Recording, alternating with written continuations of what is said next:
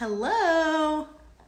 Let's see if you can hear me. I am about to go live, and I haven't done this in a long time, so I forgot how to do it. So we'll see. We're just gonna hang out. We're gonna make some challah today. I made this dough yesterday, so here it is. Hi, we're making some challah today. I'm making savory olive oil olive challah, and I am joining Daniela from Ellie's Great Big Challah Bake. And if I remember how to do this correctly, I'm gonna wait for her to join me, or I think we have to join each other. So there's a little bit of just like a waiting game. But I made challah yesterday, and I overproofed it, so it was a little flat, but I'm still gonna eat it. But here's the challah we made yesterday. I'll show you again when I chat with Daniela. So thank you for joining. If you're popping in and out, I know how these things are, like you pop in and you pop out, but if you want to hang around, we're gonna make some challah. Well, I already made the dough, but now I'm just going to braid it, and then I'll share the recipe afterwards. But I hope I'm doing this right, because I'm waiting to see if she requests me, and it's been a minute since I've been on here. So I forgot how to do it. I was like, do I have to stay on Instagram and then she invites me, or do we both have to be on live and then we invite each other? So we're just gonna hang out and chat a little bit. And thankfully the garbage truck and the recycling truck drove by already, because I was like, oh, of course, it's Thursday morning. They come and they're loud. You know what I mean? So we are just gonna hang out and wait for Daniela. And am I doing this right? How do you invite someone? Can someone help me out? How do I do this? How do I do this? I don't know how to do Instagram Live. But we will wait. Hello, thanks for joining. If you're popping in and popping out, we are making a savory olive oil olive challah. There's olive oil and olives and herbs and flaky salt, and I'll talk all about it. And thank you for coming in. And if someone can help me figure out Instagram Live, that would be great. Because I'm just on here and I don't know if we have to invite each other, but we'll find out. We'll find out. And what else do I want to talk about? We are promoting my next cookbook. My new book is coming out in a week, or less than a week. If you haven't seen, plugging myself, One Pot Mediterranean. It comes out on the 13th of June. If you love one pot dishes and love Mediterranean food and have my first cookbook and want my second cookbook, here it is. I have a few local events in Seattle and Bellingham coming up that I'll be sharing soon. Tell your friends, tell everyone, tell people you don't like to get this book. I think a book is a great gift. It's inexpensive and it lasts forever. So, all right, let's see. I can talk to myself all day. I don't have a problem with that. But I don't know if I'm gonna play around with this, so bear with me. Nope, I don't have any requests. Hold on, everyone. Invite, maybe that's how you do it. Hold on. Let's see. Is this it?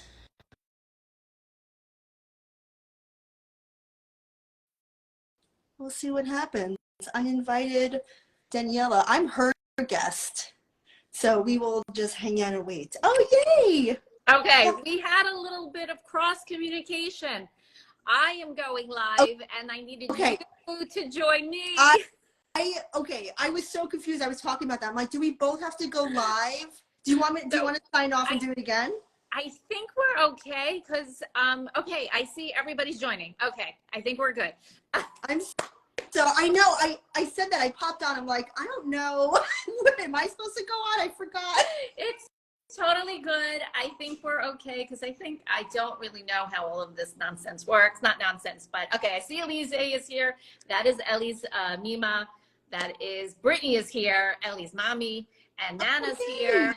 Okay, and I see. Okay, share video. So let me see. Does that work? Let me get my sister on here. All right. Well, it's going to work. It's going to work because it's important and it's going to work. Samantha, welcome to Ellie's Great Big Holiday. Thank you for having me. Can you hear me okay? I hear you perfect. I hear you perfect. And anyone watching can see that you're watching too. Okay. Yeah. We're going to hope this all works. Yay, this is so much fun. Okay. Brittany is here. I see. So Ellie's mommy. So that is good. Yay. And we are ready to rock and roll. So welcome everybody to Ellie's Great Big Holiday.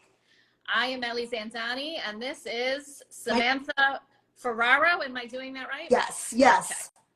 Okay. Perfect. So for anybody who may be new here, although I see all of our favorite peeps, Sivan's Kitchen. Thank you, Sivan, for coming back on.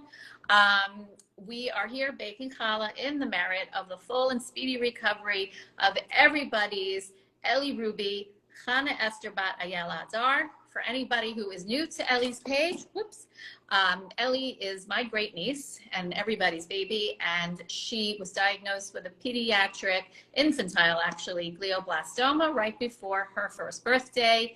And fast forward, don't you wish in life you could do that? Just fast forward, get to the next chapter, but fast forward, and because of this incredible community and because of the best parents in creation, Ellie is, thank God, also in merit to her doctors and nurses, doing great.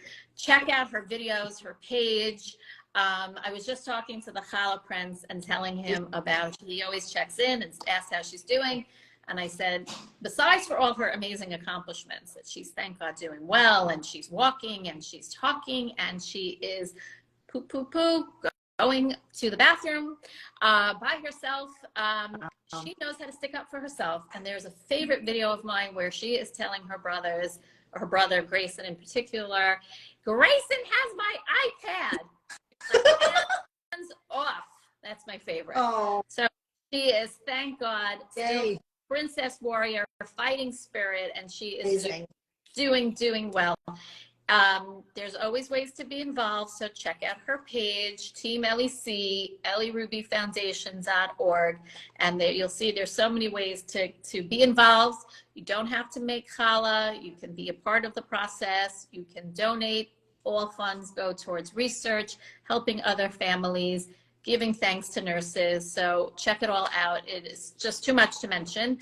One more point, my son Emil is running New York City Marathon in the area of Ellie's recovery. So on his page, and donate to him as well. Okay, amazing. enough about us. It's amazing. Thank you. Let's talk about Samantha of Ferraro's Kitchen. I know a lot about you. Oh, you did? I do. Now, is it your husband I was talking with? Yeah. Yeah, so you were talking to him more, and then I messaged you on Instagram, but you emailed him. Yes, I have to say, and I wrote back to him in one of the emails that I really appreciated. He was organized, clear, got it done. That is how I function. Yeah. I don't when people are like, and I so appreciated his organizational skills. He's organized, definitely. Yes. I'm like very like, oh, let's do this. You're a good team. You balance it out. Yeah. So I kudos to him, and thank you for being a part of that. So tell everybody a little bit about yourself, who you are, part of your journey, where you come from, where you are, and everything else. Well, my name is Samantha Ferraro, and for the last 12 years, I have a food blog where I share recipes and photos for every recipe, and I'm also a 2-time cookbook author. My new cookbook comes out in a few days. It's called One Pot Mediterranean. I need to send you one, so we'll chat. I would love to. And my story is, I guess, I don't know, unique to me. I'm originally from New York. I grew up in a Jewish family. And speaking of, kind of being like spontaneous, when I was a teenager, my mom said, "You want to move to Hawaii?" I said, "Sure." Wait, what? I moved to How old were you? I was 14 at the time. Wow. Yeah, so it was, culture shock, going from Brooklyn to Hawaii. I've never even been in that part of the world before. And Wow. it was, Hawaii is such a part of me. Joe and I met there. The culture is beautiful, and Hawaii is always going to be our home. So we lived in Hawaii for a number of years. Then I met Joe. We got engaged, and he said, "Hey, you want to move to Southern California?" I said, "Sure." So then we moved to Southern California. We were there for about 10 years. And it was there that I was kind of starting to pick up kind of recipes and memories that I missed so much from growing up in my Jewish family when I was younger in New York. Because when I moved to Hawaii, there was definitely a disconnect in that.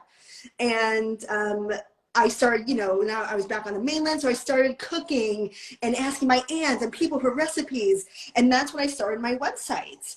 And I was just, cooking recipes. I was like, Mom, how do you make your latkes? Oh, you add a few eggs and you add enough matzo meal until it feels right. And I grate some onion in there. I'm like, okay. In a food blog, you have to measure everything. Yeah. And I was making recipes because my mom's side is Sephardic. I was asked that. Yeah. Yes. Okay. Because that, So my mom's that idea, I guess it's both European and Sephardic, but the old world way of cooking is a cup. Here. Oh, no. I don't even think I had a measuring cup growing up. I don't even think we had measuring spoons. It was just how you felt it. Yeah. And, my mom would make these things I grew up on that no one else knew what they were, like fasulla. Nobody knows what fasulla is. It's a green bean stew. And I grew up on it, and like stuffed grape leaves. I mean, those are more common. But, and then like, bimuelos. She would make bimuelos for Passover. No one makes it like that, with matzah meal or with crushed matzah.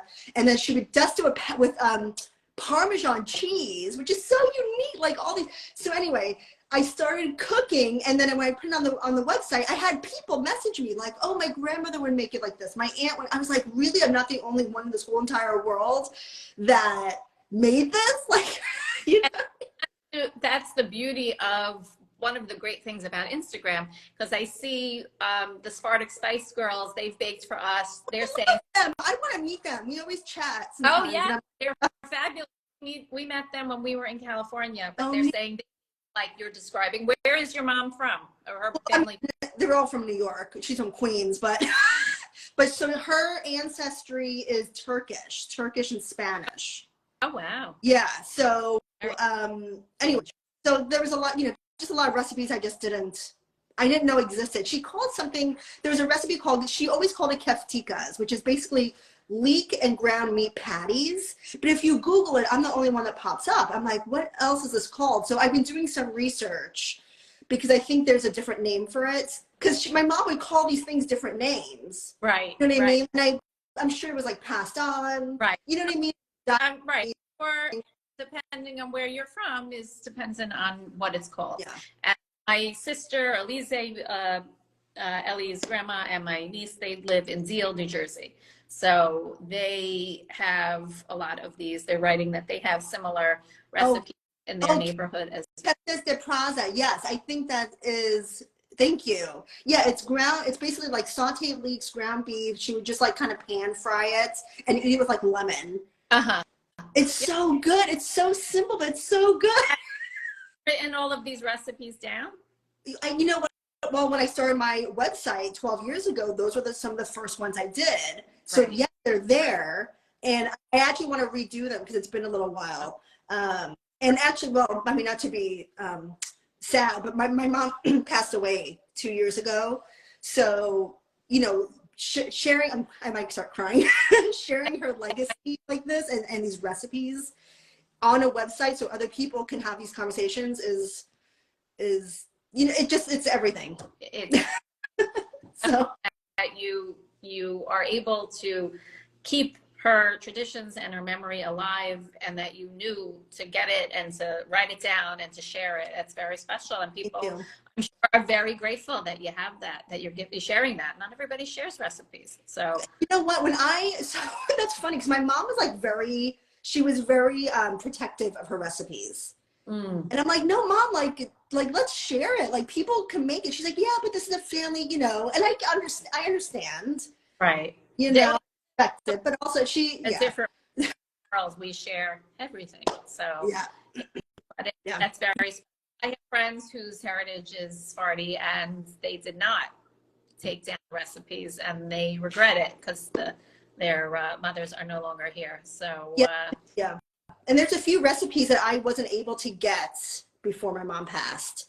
And I'm actually part of some Facebook Sephardic food groups. So I've been kind of like asking and like, right, just researching these things that maybe I can recreate it from right, the best of my knowledge. right. Well, see, so Sephardic Spice Girls, they do it. Sivan's Kitchen, she has a lot of those types of recipes also. So you're great company. Yes. So growing up, did your mom make challah? No, she didn't. She didn't. She wasn't really a baker. She was more of a cook, which is what I enjoy as well. But my grandmother on my father's side, they're Ashkenazi, would make challah. But I was not mature enough to really appreciate it when I was younger. I really wasn't. And then when I was in my 20s and kind of, wanting to learn all these again, that's why I started to dive in to these recipes that I've missed so much. And I started making rugula and I started making challah. And it wasn't there. Both Sephardi and Ashkenaz. Yes, yeah. That's so I didn't start making this until, I guess 15 years ago. Was when I really started, and I just kind of had fun with it because I don't call myself like a baker. I love having fun with flavors and kind of taking different like cuisines and experiences and kind of like mixing it into recipes. right. So but of course like being respectful, you know what I mean, like. But there's lots of ways to do it. We've learned that through all of these bakes is each and every baker has something different to bring, and it's amazing. And I agree with you. I do not bake. I do not like to bake. Do not bake, but I do bake challah. I find it more forgiving, and I do enjoy it. Okay, so let's get started. Just to tell people the events of how it goes. Samantha will discuss with us just how you come to make your challah dough. And then I have we have a series of blessings that we say before we start to braid. And if you have family members that you would like to pray for, please include them on your side. And then you'll show us how you put it all together. And then we always close with a few words before we go into the weekend of Shabbat.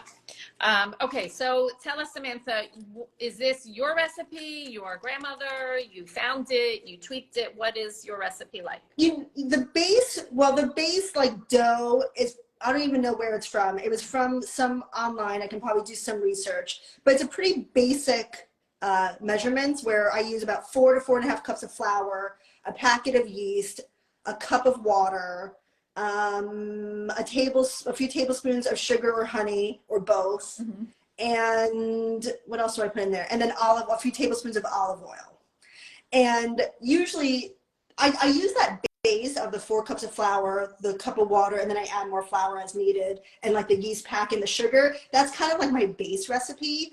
I can't tell you where I got it from. I want to say it was maybe another blogger or online. I don't know. I could probably do some research because over the years I've changed it so many times where I will add different flavorings and more salt or more sugar or less sugar. So I've adapted it, but I use that same kind of base dough recipe.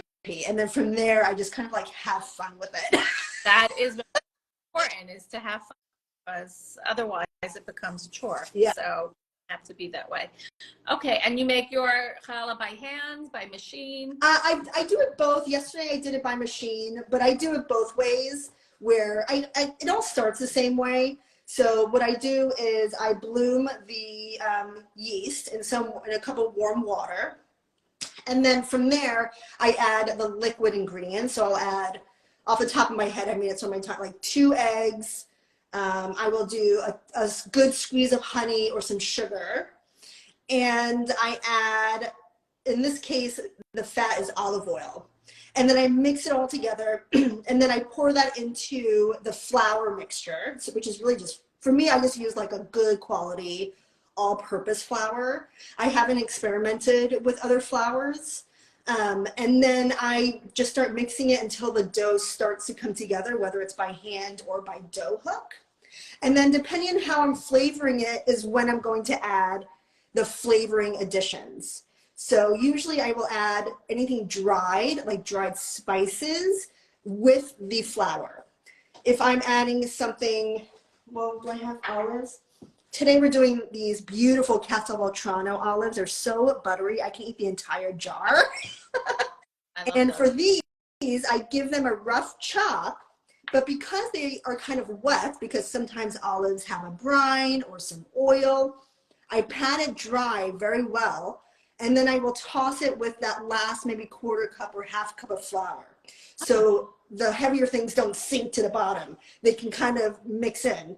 And I add that the very last turn, like as soon as I know that dough is just about done, I don't want to squish anything. I add the chopped olives, a few mixes, and that's it. So I don't, you know what I mean, smush it or mush it, whatever. Yeah. And I do that with other things too, like dried fruit. I'm trying to think of all the things I've done. I've done like so many like fun things. I love it. Okay. All right. So obviously, if anybody has questions, they can reach out to you. I know that you get back right away. So I'm going to say the blessings over the dough. There are 3 of them.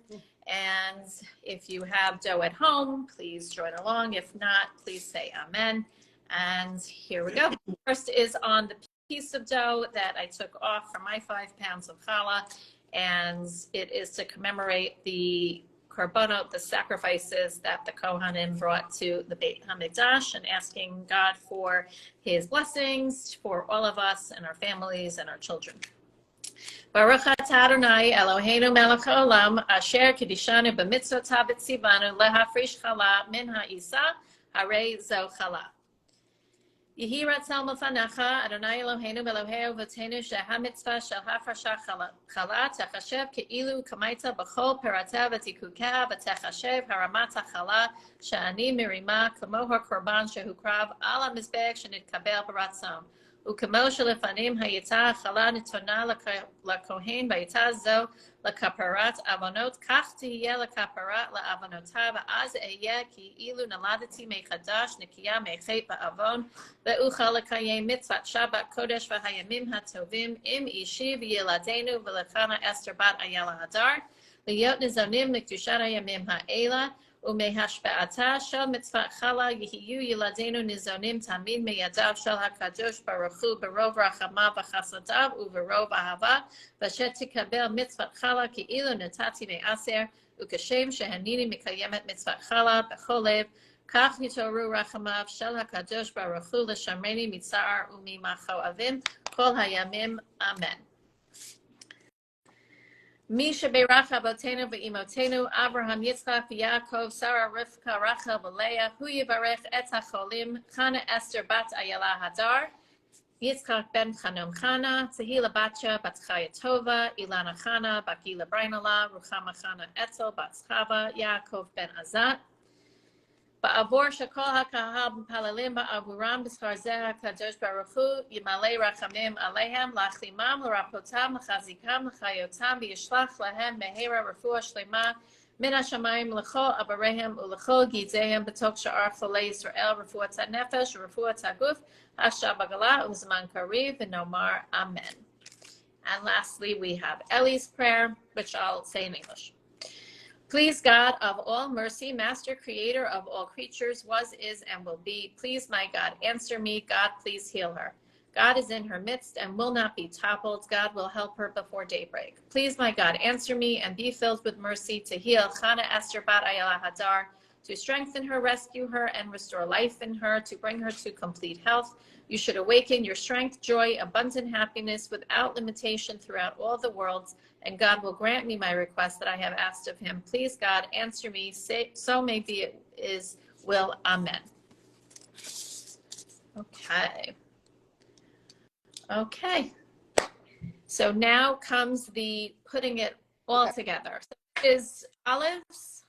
Yes. How do you see me? Do you see me okay? Yes, we see you. Okay. Great. Well, so I made the dough yesterday and I divided it in half. So this is just half the dough because I baked one and I overproofed it, but I'll show you anyway.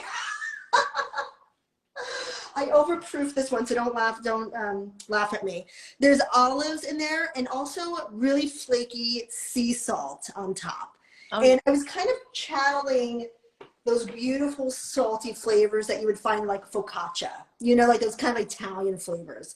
right. So what's in here is 2 kinds of olives. The olives that I talked about called Castelveltrano, they're so good. I could just like eat them right now.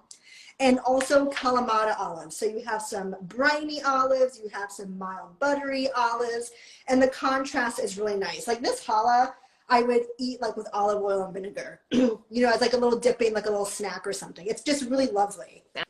So I take the olives, I chop them up like a very rough chop, and then I also add in some beautiful fresh rosemary from the garden. It's just so aromatic. And I chop that up finely. If you don't have rosemary, fresh thyme would be lovely, or oregano would be absolutely beautiful. And then I just chop it all up. I add it to the challah. I add the olives at the very last minute.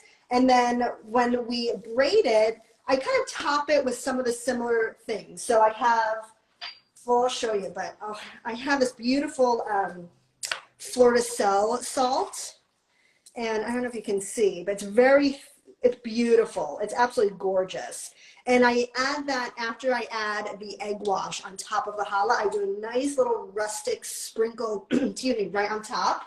And then I also add a little bit more fresh rosemary. So just really very like herbaceous and just beautiful.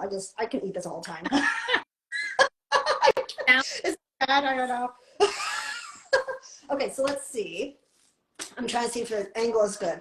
So I do have a scale, and normally I would divide the dough and weigh each ball to make sure that I have about the same weight. And I guess I could grab it real quick. I just didn't grab it. But we're just going to be rustic because I'm kind of a rustic cook anyway. I tried to break out of that idea that I have to weigh it, but I always slide right back to it. I don't know why. Yeah, you feel it. I mean, I think this is where I like, what do you call it? Like I'm very like my mother, because she always just like felt things, and I feel like, oh yeah, I'm kind of like that too. I just never realized it until I got older. So I'm just dividing the dough, and I'll be honest, like I cannot do those beautiful 6-strand, 8-strand. Like I said, I'm a simple rustic. I love flavors, so I do a 3 or 4 strand. Okay, right. And it's so beautiful. People love it, and that's all. We save those big strands for Challah Prince, Elliot Alfie, who I saw was on. I think he's still here. He lives in Southern California. He makes incredible. He works at Elliot. Where do you work? UCLA? I think UCLA. No, USC. Oh yeah, okay. Maybe Stanford. Anyway, he's picked up challah making, and he makes these stranded challahs, which are really it's an art. It absolutely. I follow a few people. Well, Challah Prince is one of them. I also follow, and it's an absolute art. It's beautiful. And I mean, personally, I probably wouldn't. I don't want to say it the weird way. I wouldn't waste the flavorings. I would use a basic dough, so you can see that beautiful shine of the crust when you are, decorating and doing those beautiful masterpieces. But for flavor, we're just keeping it rustic and delicious. So you want to also enjoy it and not rest while you're making it, because then it's.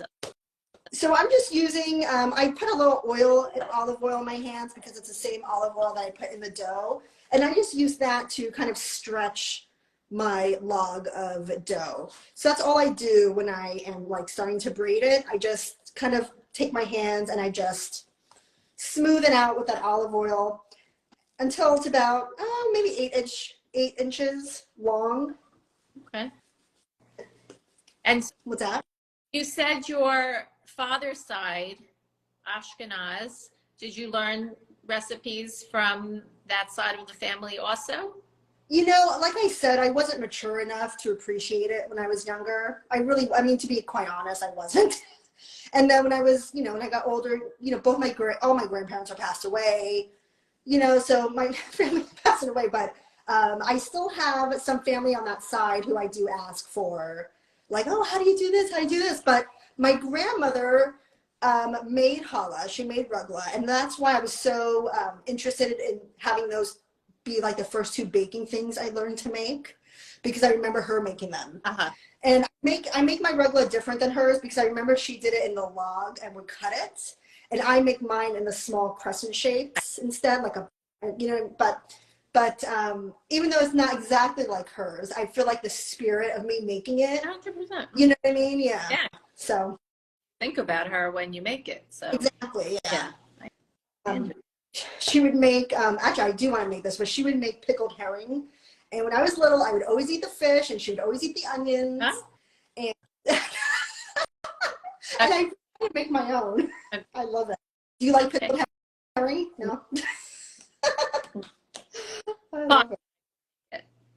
No, you don't like it? Oh, I love it. Really? I've ever tasted it, but it's not good. Pickled herring with in like a sour cream. Oh my God, so good. Says my family is Yankee Doodle Dandy. We've been here a long time, so Oh, really? I don't have any fond memories of that stuff. My husband's family, on the other hand, both his parents, who are also passed, they were born in Poland during the war. Oh, wow. And his family had all of those recipes. So certain things I met my husband young and learned, but some I was like, that's not happening. All right, I'm gonna see. I might move my camera a little bit just so you can see a little bit better. So hold on, please. Sure. Perfect. Perfect. That's better. Great kitchen. My mom was commenting. She loves your kitchen. Oh, thank you. Thank you so much. Where are you located? You're in Seattle? Well, so we live about an hour and a half north of Seattle in a town called Bellingham, and we are about another hour south of Vancouver, Canada. Oh. So we're pretty up north. Wow. Right. I want to go to Vancouver. I haven't made it there yet. I've been there a few times. It's a fun city. The food scene is pretty awesome. Yeah. Okay, so we are doing a simple 3-strand braid, and I'm just going to treat it like how I would braid my hair. So I just kind of go over the middle one with each side is what I do. You see? Yeah. And I love that it's rustic, because even if the olive pops out or the herb pops out, I love that.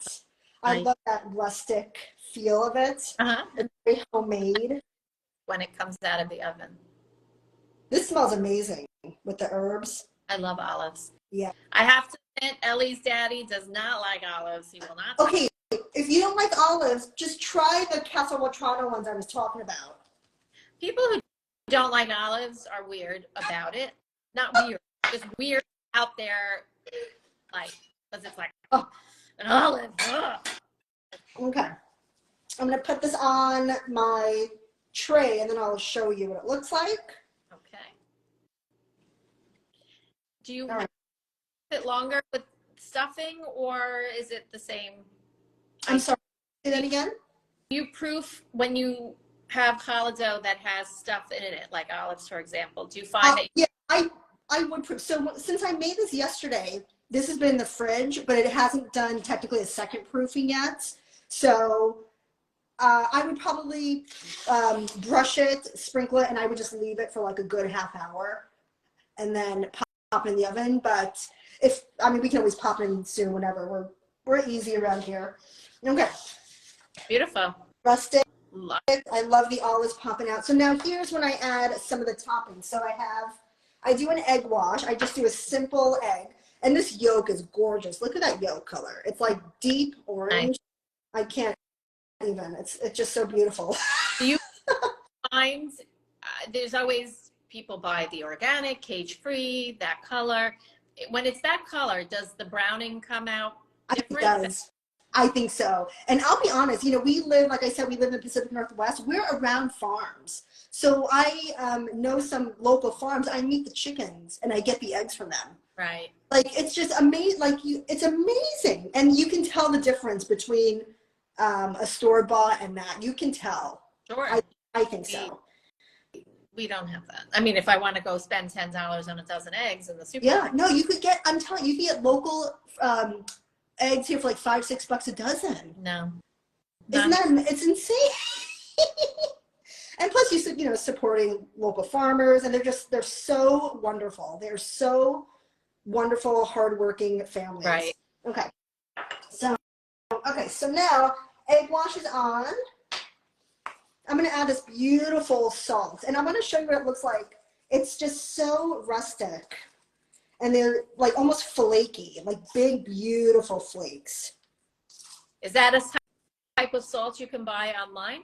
Yes, it's called fleur de sel, and it comes just like this. Even the package is beautiful. But you can find it, like, I think Whole Foods even has it, online has it. I'm sure where you are, you have lots of stuff. Yeah, which brand does that? It's in French. If you search fleur de sel, okay, it will pop up. It will pop up. Okay, good question. Is Maldon salt the same? I think it is the same. I actually have some Maldon. Let me, I don't know where it is. Here it is. I have some smoked Maldon. Oh, it is also flaky, but I think might be a little bit finer. We're just inviting everyone to our kitchen today. Okay. Oh man, if you like smoke, like the smoke flavor, well, you probably have a lot of smoke in the air right now. Oh, that's a very good idea. I'm gonna go put my challah outside. Oh yeah, you want smoked challah? Oh no, don't do that. This one actually it seems a little grainier. Yeah, I think there's some beautiful big flakes. Okay, I think really gorgeous. It's different. It's a little different. Is on. Can you weigh in and tell us? I'm sorry? My sister Ilana, Shortcuts to Shabbat, she would know the answer to this question. So she's on. If you're there, Ilana, answer the question. Okay. Yeah, I think it's Maldon from the United States. No, it's not. It's not. It's overseas also. Okay. Yeah. It's similar, but not the same. Right. Okay. So we have salt on there. I also chopped up some of that rosemary, so I'm going to add that right on top. Oh, nice. Just extra. We're just kind of like increasing the same flavors. And then if you want, I mean, you can take maybe some of these olives and like roughly kind of, if you want, kind of pop them in there. Okay. Yeah, kind of, like a focaccia or something. Yeah. I'm so excited for this. This one's going to be beautiful. Okay. Yeah, great. That's it. I would just let this proof, but let's show you. I don't know if you can. It's very. I'm going to bring the camera a little closer. Let me see. Hold on. Take off my stand. Okay. Let's see. The lighting is kind of crazy right now. But there's beautiful flakes of salt in the earth. I just absolutely love it. Beautiful. Like, look at this. Look at that salt. It's gorgeous. Oh, wait. My hand right there. I don't know if I can see. All right. Fleur de sel. Fleur de sel, yeah. We got to get some for our kitchen. Amazing. Beautiful. Okay. And then you have the baked one back there, right? I do. Yes. The magic of it's just like TV. Yeah. So I'll probably just enjoy this one tonight. I might freeze one or give one away. Uh-huh. I would say if you have herbs in your garden this summer and you want something different, try a savory olive challah. Yeah, it's beautiful. What is the community like in your neighborhood in terms of challah? Do you find it in stores or? Yeah, we have a small Jewish community here. We have a shul here. Oh, wow. And I teach cooking classes at the local, it's called the Co-op, which is kind of like a health food store. And I teach cooking classes there, and I did a challah class, and people were so excited because there's not a lot of challah options or even Jewish food options here. Right. And I mean, like, you can find challah at like Whole Foods. Right. It's mass produced, and you can tell. I mean, yeah. I'll use it for like bread pudding, but I probably, you know what I mean. So It's okay. And people were loving it. They loved the challah class. And I made like these huge, I made a few batches of challah, and everyone braided their own. And then I had like all these different fun toppings, like everything bagel spice and spices and garlic and herbs. And people were just like doing their own thing. And it was so much fun. They got to take it home and bake it. So, and it was so much fun. It was a lot of fun. I want to do that again. Yeah. But other than that, I haven't really seen much challah since that, or even at Whole Foods. I mean, in Seattle, you can probably find some more. Vancouver, you can probably find some more. But I'm an hour away. Right. What's your town called again? It's called Bellingham. Yeah. I haven't heard of it. Okay, it's another place for us to visit. It's beautiful. It's a small college town. There's lakes all over. Sure. The ocean is here. It's fun. Yeah, it's a cool place. Beautiful. Oh, I'm sure it is. All right. Well, Samantha, thank you so much. Your personality is infectious, so I'm sure it transfers over to that delicious challah, and hopefully we could taste it one day. We always say we're going to take a challah tour, so. Oh my gosh, that's such a good idea. Sally, we will go and visit our challah bakers. Oh, it's just something. If you do that, please let us know. Don't you worry. That's so neat. Show us your cookbook. Oh, it's behind you. So this is my second cookbook. It's called One Pot Mediterranean. I have my first one I don't know where it is.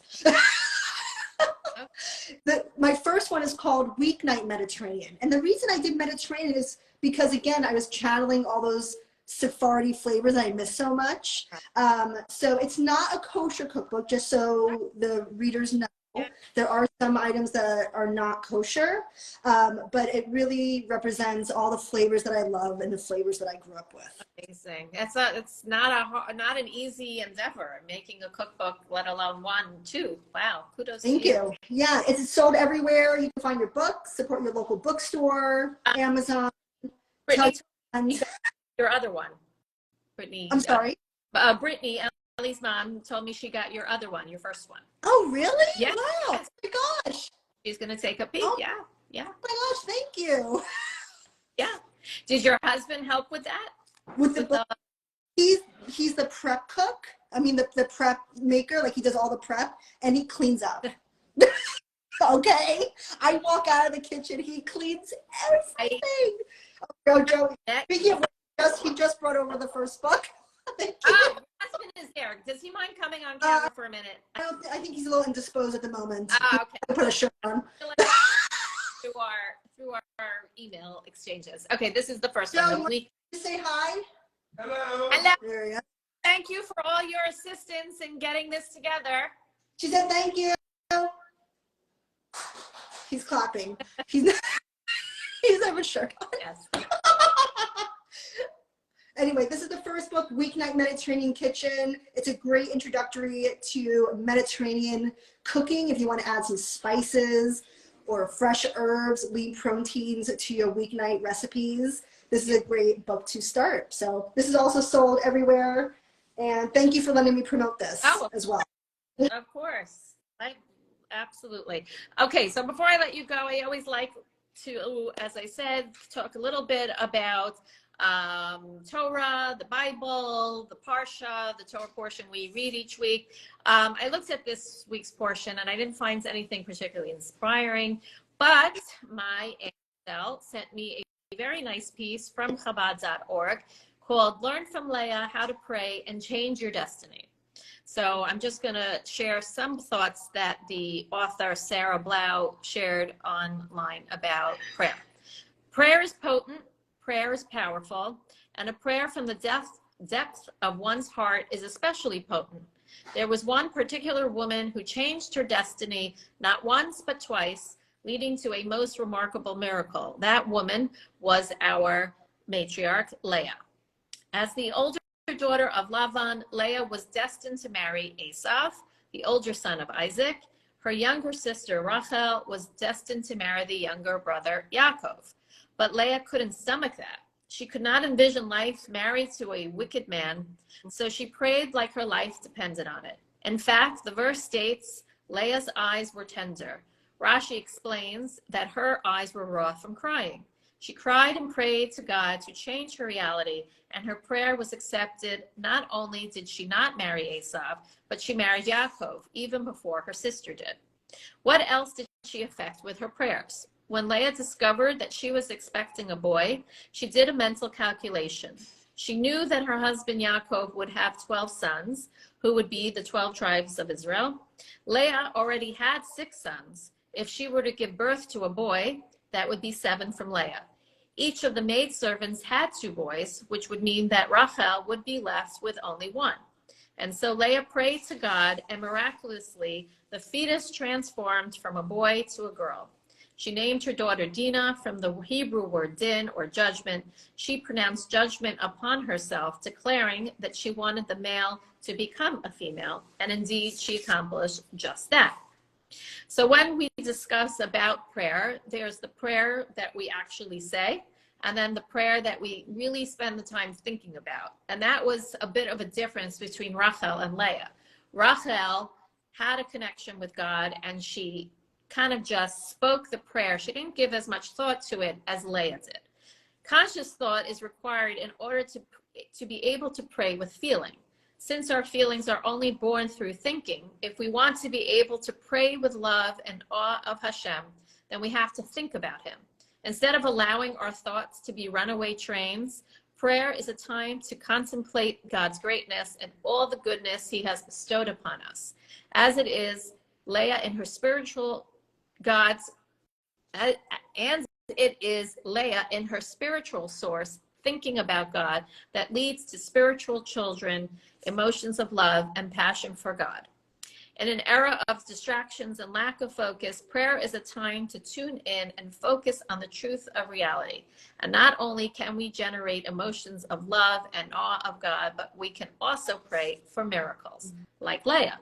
And that is what we have done miraculously through this community, is that we have really gathered together from all walks of life, Jewish, not Jewish. Sivan spoke about a connection she made with a Muslim follower and the connection of prayer.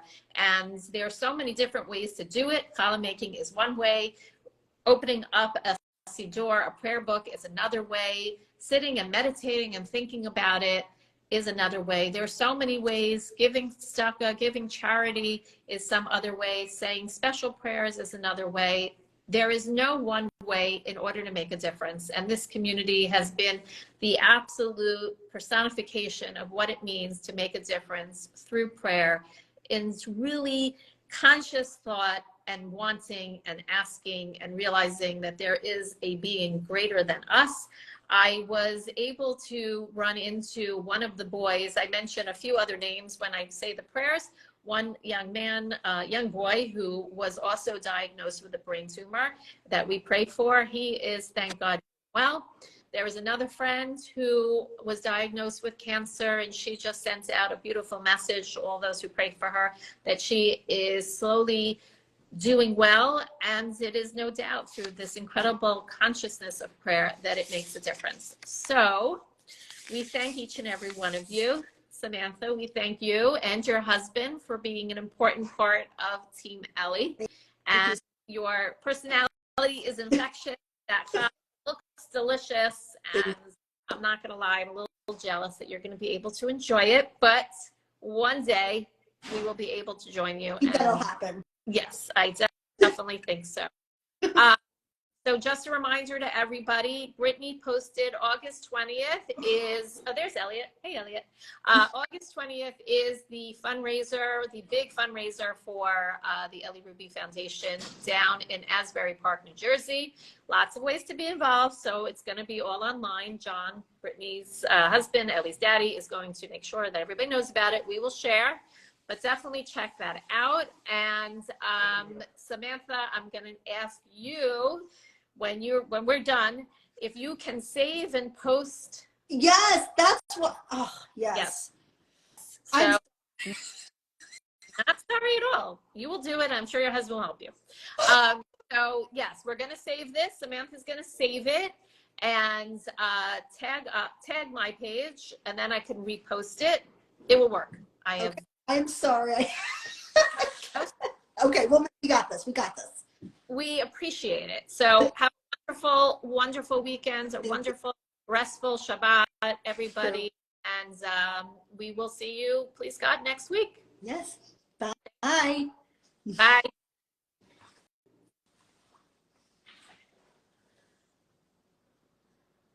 All right.